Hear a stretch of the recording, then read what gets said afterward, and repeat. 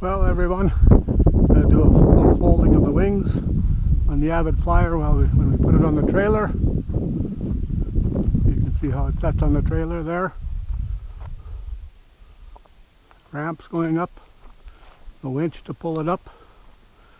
You see the screwdrivers in the top because in the interest of keeping the video short, it's a little easier to pull them screwdrivers out of instead of pins. Of course, you don't want to fly it like that, but notice I took one turtle deck off already. But now we come over here. I've got this little attachment that fits in the Allen head socket. This socket fits on the nut. You can just see it there.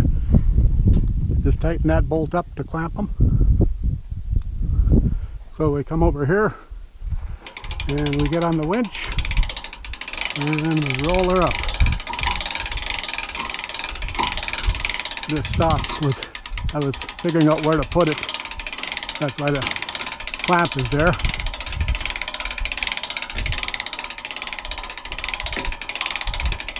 So we pulled it up, almost there. Oop, there it is. So that's good there. We come around here next. I've got this little deal that will support the tail wheel, or the tail spring rather, while it's being trailered down the road. You don't want to just ride on that weight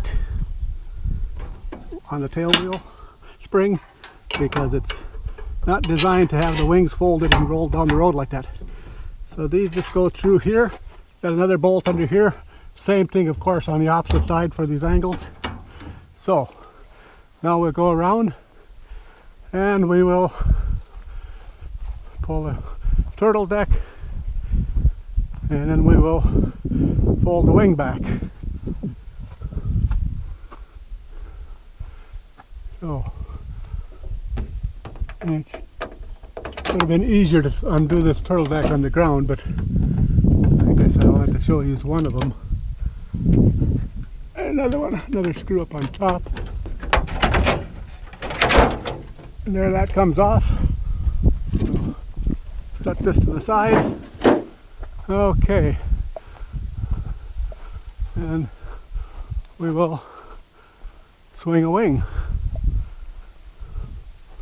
And should be able to just use that little ramp to good effect. Pull the screwdriver out. You do want to come around here and guide the flapper on so that it doesn't catch on that little bearing. You can see it just cleared there. Okay, then we can let it swing up. You just kind of guide it. We bring them back around. This little brace was sitting here waiting, and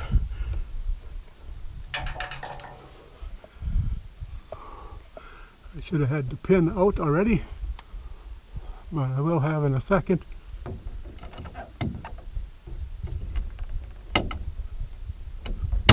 Okay, of course I got a little lock just like this for this side as well. So there we have it. The wings are folded. One wing is folded.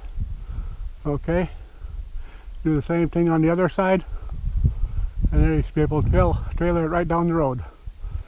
I didn't have the wing brace set up on the other side. I should have done that, but at least you get the idea. Even if I just do half, the other side the same thing.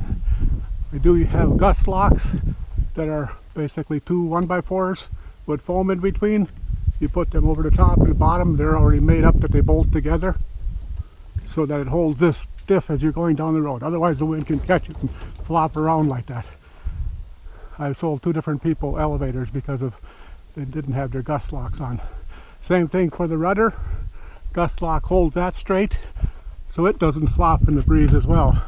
I do have some foam rubber pipe insulation to put on above and below, just so that's not rubbing on there, and then just a little rope around them to hold them in place. So there you have it. I guess we could come back around. I won't tie this other wing in place, but I will swing it back and then swing it forward so you get the idea. Okay, that one's pulled out. And remember, we want to come around here and guide that flapper on to miss the bearing. And then at this point you start going back up. You can see a few scratches up on the flapper on there where I neglected to do that other times.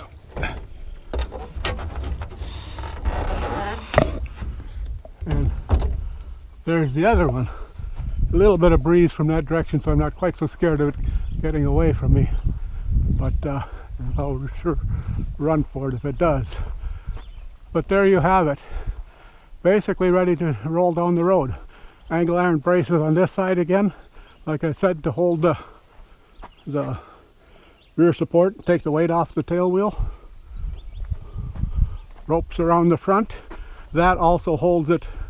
The braces in the back hold it so it can't move forward and back. You tie the front wheels, there you're pretty much good to go.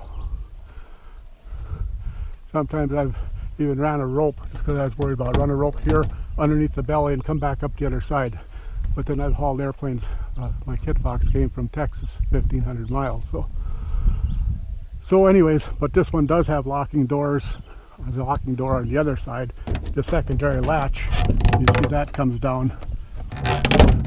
You got a double latch on both sides plus the locking door. They probably would never come loose. So besides that, the other thing to know, right now the plane is sitting almost flat with the tail. You can get fuel leaking out of the gas caps if the front of the tail end of the plane is too low, sitting like this.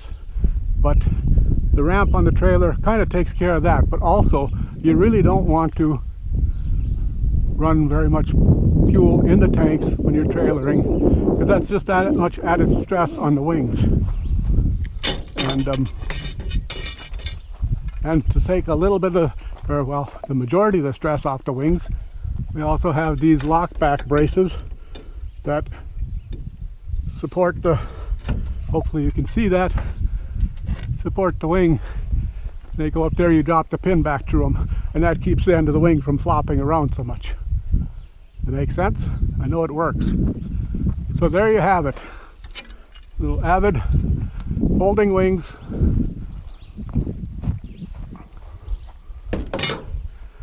And we'll swing her back out.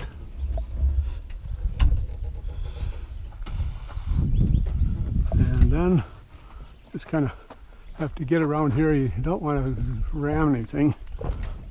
And this one here you have to just lift up just a whisker to get it jumping in there. See, there it's locked. And there it's locked. Okay, we'll go around and do the same thing on the other side. This time, of course, we got the wing lock hold back brace, or whatever you want to call it.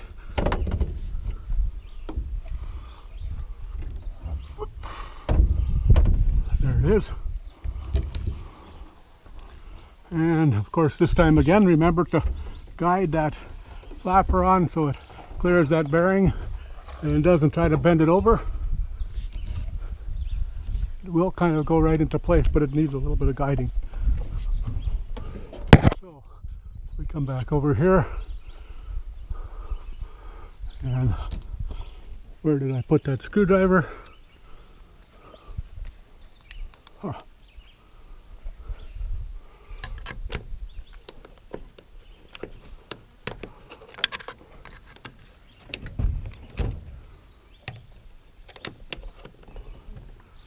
There that one is.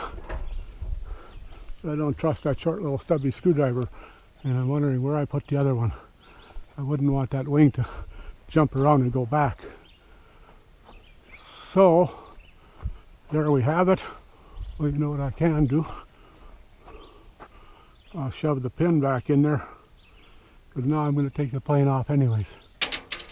Sometimes it takes just a little bit of encouragement with a little hammer to tap these in. They're pretty good aligned, but there it is. So, okay. So then you're going to unload. You come back here, you undo your, of course, undo your ropes in the front.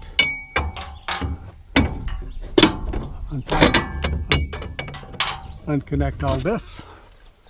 And there's that screwdriver right there. So then we can come back over here and we'll loosen up and try to roll the airplane just a little bit ahead. You'll feel it when it goes off the edge over there. Come on. It's just arguing with me a little bit. There it went. And we'll just roll it on down.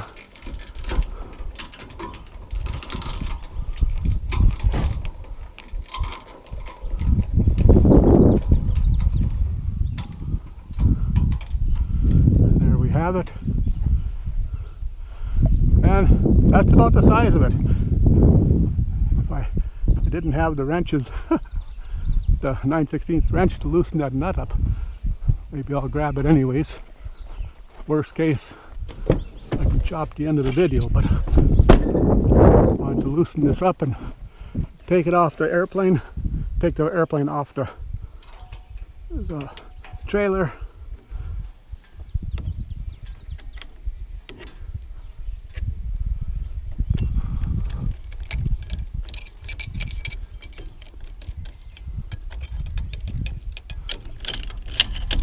You see, that's all it is.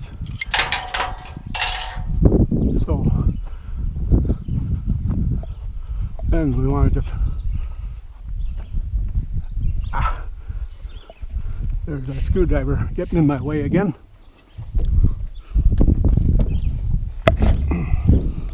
So we'll just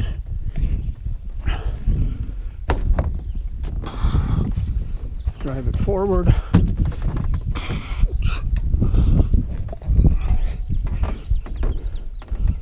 Going up a little bit of a hill with the plane here, so that's not helping things.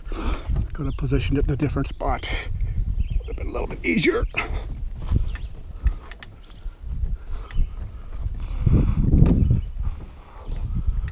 Yeah. So there we have it. Not real difficult. Nothing that the guy couldn't cut the time off by half if you do it fairly frequently. So there's the little Avid Flyer with the trailer, Jabiru engine, 4-stroke, 4-cylinder engine, nice flying airplane, $27,500. Takes it all home. Take care.